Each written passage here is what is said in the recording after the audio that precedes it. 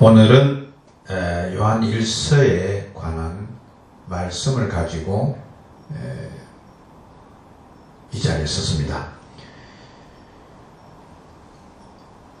러시아의 작가 투르게네프라는 사람은 사랑은 죽음보다 강하다. 때문에 인생은 사랑으로서 유지되고 발전하는 것이다 라고 했습니다. 또 영국의 시인이면서 소설가 극작가인 오스카 와일드는 사랑한다는 것은 자기를 넘어서는 것이다 라고 했습니다. 또 존 맥킨지라는 사람은 말하기를 세상에서 가장 고독한 것은 사랑이 없는 사람의 마음이다 라고 했습니다. 인간에게는 사랑이 얼마나 귀한지 모릅니다. 사랑은 곧 생명입니다. 생명은 곧 사랑입니다. 이것은 아무리 이 사실을 부인해도 부인이 되지 않는 것입니다. 부인할 수 없는 것입니다.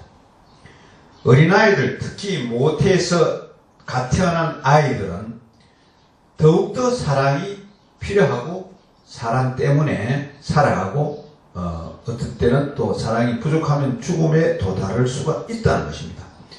미국의 어떤 병원의 신생아실에 조사하는 바에 따르면 간호사의 사랑이 특별히 있는 입구 쪽에 신생아는 잘 자라는데 오히려 안쪽에 있는 신생아는 병이 잘 들고 또 사망률이 높다고 이렇게 통계가 나와 있는 것입니다.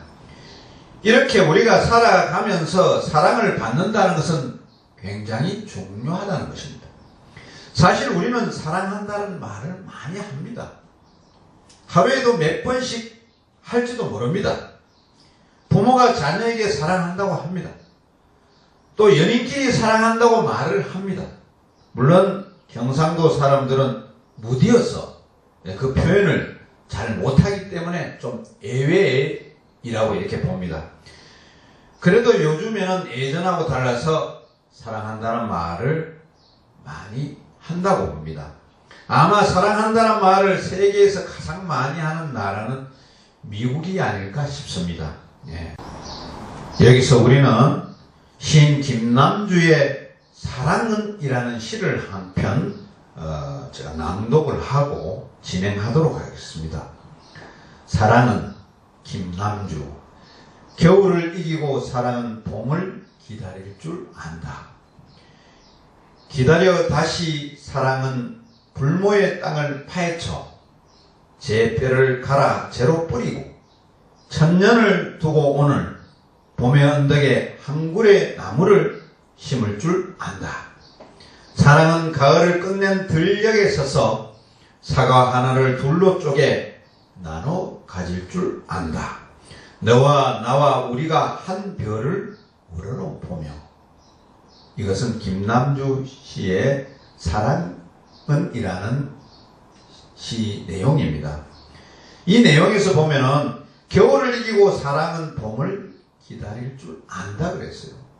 네, 인내의 의미를 나타내는 거죠. 또 봄의 언덕에 한 그루의 나무를 심을 줄 안다는 거죠. 사랑은 노력해야 되고 사랑은 꽃을 피우는 그런 자세가 되어야 된다는 것이죠. 또 사과 하나를 둘로 쪼개 나눠 가질 줄 안다. 그러니까 나눠서 가지는 배려하고 이게 베푸는 그런 것이 사랑이라는 그런 내용이 포함된 그런 시귀입니다. 이와 같이 사랑은 아름답고 순수합니다. 그런데 이런 사랑은 또 다른 면을 우리가 볼 수 있다는 것이죠. 인간의 사랑은 이렇게 또 좋은 점도 있지만은 우리에게 평안을 줄 수 있지만은 때로는 우리를 만족시킬 수 없다는 것입니다. 부모의 사랑 혹은 부부의 사랑, 연인의 사랑을 받는다 해도 그 사랑은 우리의 본질적인 마음의 공백을 메꾸지 못하는 면이 있다는 것입니다. 그래서 우리는 사랑의 갈증을 많이 느끼죠. 예. 그 부분을 일컬어서 우리는 또 메꿔지지 않는 어떤 부분에 영혼이라는 면이 또 있다는 것입니다. 여러분이 인간적으로 아무리 노력해도 영혼에서 느껴지는 사랑의 갈증은 메꿀 수가 없다는 것입니다.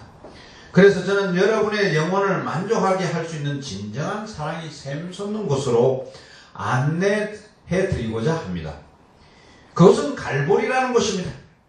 그곳에는 아무도 없습니다. 단지 십자가 하나만 있습니다. 그 십자가 위에 하나님의 아들 예수 그리스도가 비참하게 죽어 있었습니다. 그 몸의 핏방울이 오늘도 끝없이 떨어지고 있습니다. 그곳으로 여러분을 안내하려는 것입니다. 오늘 본문 말씀 요한일서 4장 10절을 보면 첫 마디가 대단히 인상적입니다. 사랑은 여기 있으니 이 말씀을 주의 깊게 살펴보십시오. 사랑은 여기 있다는 말은 다른 곳에는 사랑이 없다. 여기 있는 것이 진짜 사랑이다라는 것입니다. 헬라어 원어를 보면 이 말은 강조형으로 되어 있습니다. 문장 맨 앞에 나와 있습니다. 사랑은 여기 있다. 내 영혼이 찾는 사랑은 여기 있다라는 말입니다. 사랑이 있는 그곳은 십자가가 있는 곳입니다. 왜냐하면 그 다음에 이어지는 말씀에 하나님이 우리를 사랑하사 우리 죄를 속하기 위하여 화목제물로 그 아들을 보내셨음이라고 했기 때문입니다. 이 말은 하나님이 우리를 너무 사랑하셔서 우리 죄 때문에 자기 아들 예수님을 십자가의 화목제물로 희생시켰다는 것입니다.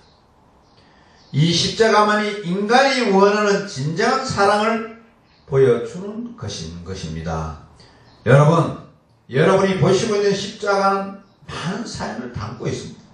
이 십자가에는 무궁무진한 하나님의 사랑이 담겨져 있습니다. 이 십자가에는 하나님의 아들이 나를 대신해서 죽었다는 놀라운 진리가 들어있는 것입니다. 영혼의 눈이 열리고 마음이 열린 사람이라면 십자가를 바라볼 때마다 주님 어찌하여 나 같은 것을 사랑하십니까? 주님 어찌하여 나를 사랑하십니까? 하고 눈물 맺히고 마음이 뜨거워질 정도로 십자가 앞에서 하나님의 사랑을 알게 되는 것입니다. 오늘 본문 말씀을 보면 이 십자가에서 나타난 하나님의 사랑에는 세 가지 진리가 담겨 있음을 소개합니다. 첫째는 10절에 우리가 하나님을 사랑한 것이 아니요 하나님이 우리를 사랑하사라고 하는 말씀에서 십자가를 통해서 하나님의 무조건적인 사랑을 보여주는 것입니다. 여러분이 먼저 하나님을 사랑하는 분이 계십니까? 한 분도 없으실 것입니다. 그렇습니다. 우리가 먼저 하나님을 사랑하지는 않았습니다. 하나님이 우리를 먼저 사랑하셨습니다. 이 땅에 많은 사람들이 사랑을 노래하고 사랑한다고 말하지만 상대방이 사랑하지 않는데도 무조건 사랑해주는 사람은 없습니다. 나는 사랑한다고 하는데 상대방은 나는 당신이 싫어라고 한다면 그 사랑은 산산이 부서져 버리고 말 것입니다. 그 사랑을 하는 사람은 없을 것입니다. 그런데 하나님은 우리가 하나님을 사랑하지도 않는데 무조건 사랑했다는 것입니다. 이것이 십자가에서 보여주는 진리인 것입니다. 여러분이 예수님을 믿으면 이 무조건적인 사랑의 놀라운 은혜를 알게 되는 것입니다. 둘째, 십자가에 담긴 사랑은 우리를 위하여 주신 사랑인 것입니다. 하나님께 사랑이 필요합니까? 하나님께 사랑이 필요할 수도 있죠. 그러나 하나님은 우리의 사랑이 없어도 손해보지 않으시는 분이십니다. 그런데도 하나님이 우리를 죄를 위해서 죽이셨다고 했습니다. 십자가는 우리 죄 때문에 죽음을 감수하신 하나님의 사랑이라고 합니다. 이것이 이타적인 사랑입니다. 순수한 이타적인 사랑인 것입니다. 나 같은 죄인을 구원하기 위해 나의 죄를 전부 대속하기 위해 하나님께서 사랑을 베푸신 곳이 십자가인 것입니다. 셋째, 십자가에 담긴 사랑은 하나님의 아들을 화목제물로 바친 곳이라는 것입니다. 이것은 최대의 희생을 치렀다는 말입니다. 세상에 자기 아들, 자기 딸을 내줄 만큼 어떤 사람을 사랑할 수 있습니까? 이건 그럴 수 없잖아요. 남을 위해서 장게 일부라도 기증한다면 그 사람은 정말 대단한 사람일 것입니다. 하나님은 우리를 사랑하셔서 우리를 살리기 위해서 자기 아들을 대신 희생시켰던 것입니다. 이것이 십자가인 것입니다. 최대의 희생, 최대의 대가를 지불하고 내가 너를 사랑하노라고 분명히 말씀하신 것이 십자가입니다. 이것이 십자가의 사랑입니다. 그러면 이 십자가에서 나타난 하나님의 사랑을 알고 수용하면 되는데, 좀 똑똑하다는 사람들은 흔히 이런 항의를 하는 것입니다. 만약 이렇게 생각하시는 분이 계신다면 다시 생각해 보십시오. 하나님이 잔인해서 그런 것이 아니라 우리가 잔인한 인간이기에, 죄로 인해서 죽을 수밖에 없는 인간이기에 우리가 당할 그 십자가를 주님이 대신 진 것입니다. 그럼 또 이런 말을 하시는 분이 있을 것입니다. 만약 여러분이 죄에 대해서 잘 모르시겠다면 제가 세 가지로 분명히 가르쳐 드리겠습니다. 첫째는 하나님을 우리의 삶에서 추방하고 대신 자기가 하나님이 되어 살고 있는 삶 자체가 죄입니다. 만약 인간이 손 하나 까딱하지 않고 나쁜 짓 하나 하지 않고 100세까지 살다가 하나님 앞에 간다고 해도 그 사람은 죄인입니다. 왜냐하면 인간의 삶 자체가 하나님 앞에서 탈선된 삶이기 때문인 것입니다. 여러분, 우리는 죄인이 되어서는 안 됩니다. 우리 인간은 하나님이 만드셨습니다. 우리는 아메바의 후손도 아니요 원숭이가 진화되어서 우리가 된 것이 아닙니다. 우리는 하나님의 형상을 닮은 하나님의 자녀입니다. 그러기에 우리의 삶은 가장 아름답고 이상적이 되어야 되는 것입니다. 하나님을 나의 삶의 중심으로 모시고 그분을 찬양하고 그분께 경배하고 그분의 뜻을 따르며 그분과 사랑의 교제를 나누면서 사는 것이어야 하는 것입니다. 이것이 인생에 있어서 최선의 생활이고 이것 이상은 없는 것입니다. 그러나 사람들은 하나님을 추방해버렸습니다. 그리고 그 자리에 자신이 앉았습니다. 그래서 자신이 스스로의 인생을 좌우합니다. 그 사람이 아무리 공자처럼 선한 생활을 했다고 하더라도 자기가 왕이 되어서 사는 삶은 죄인의 삶인 것입니다. 하나님 앞에 가면 얼굴을 들지 못할 것입니다. 둘째, 성령은 만물 중에서 가장 무섭고 부패한 것이 인간의 마음이라고 했습니다. 우리가 태어나면서부터 더러운 마음을 가지고 태어난 것입니다. 인간이 냄새를 피우는 세계를 한번 보십시오. 여러분 솔직히 멀리 볼 필요가 없습니다. 자신의 마음을 한번 돌아보세요. 마음이 깨끗합니까? 그렇지 않습니까? 정말로 그렇지 않잖아요. 이 마음에서 더러운 생각을 하고 그 더러운 생각대로 행동하는 것이 이것이 죄라는 것이죠. 이 죄는 하나님 앞에 가면 하나도 숨기지 못할 것입니다. 셋째, 예수님을 믿지 않는 것이 죄입니다. 하나님의 아들이 십자가에 돌아가시고 3일 만에 살아나셔서 나를 믿으라고 하십니다. 나를 믿으면 내 모든 죄가 용서받고 하나님 나라에 간다고 초청하십니다. 그런데 사람들은 이런 하나님의 초청을 아무 대꾸 없이 거절하고 있고 믿지 않고 있습니다. 이것이 죄인 것입니다. 그러므로 인간이 끔찍한 죄인일 수밖에 없는 것입니다. 이 세 가지 사실을 여러분의 마음속에 잘 기억해야 하는 것입니다. 죄가 없다고 생각하시는 분이 있다면 다시 한번 생각하세요. 죄는 하나님이 없는 삶이 죄인 것입니다. 또 마음속에 우러나오는 모든 생각 자체가 죄인 것입니다. 또 예수 그리스도를 공공연히 배척하는 교만한 마음 이 자체가 죄인 것입니다. 이것이 하나님 앞에서 움직일 수 없는 분명한 죄라는 것입니다. 그럼 이 죄 문제를 해결해야 하는데 어떻게 하면 되겠습니까? 하나님께서는 우리를 너무 사랑하셔서 이 죄 문제를 해결하는 길을 우리에게 찾지 않고 죄 없으신 예수님을 통해서 찾으셨습니다. 그래서 예수님을 우리 대신에 십자가에 처형 당하시고 우리 하나님의 아들로 죄 없는 사람을 받기로 작정하신 것입니다. 이것이 십자가의 은혜, 십자가에서 보여주신 사랑입니다.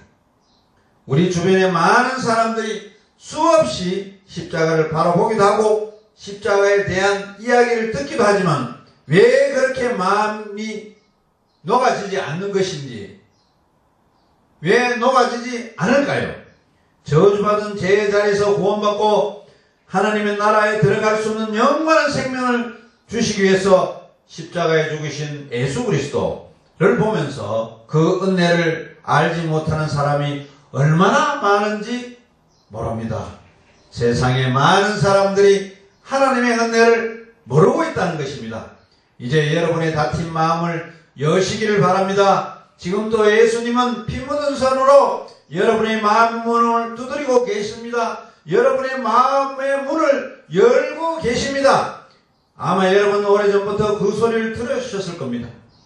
아내를 통해서, 이웃과 친구를 통해서, 회사 직원을 통해서, 아니면 초등학교, 중학교, 고등학교 다니면서 들었을 것입니다. 이제 마음을 여시기 바랍니다. 그리고 주님께 이렇게 말씀해 보세요.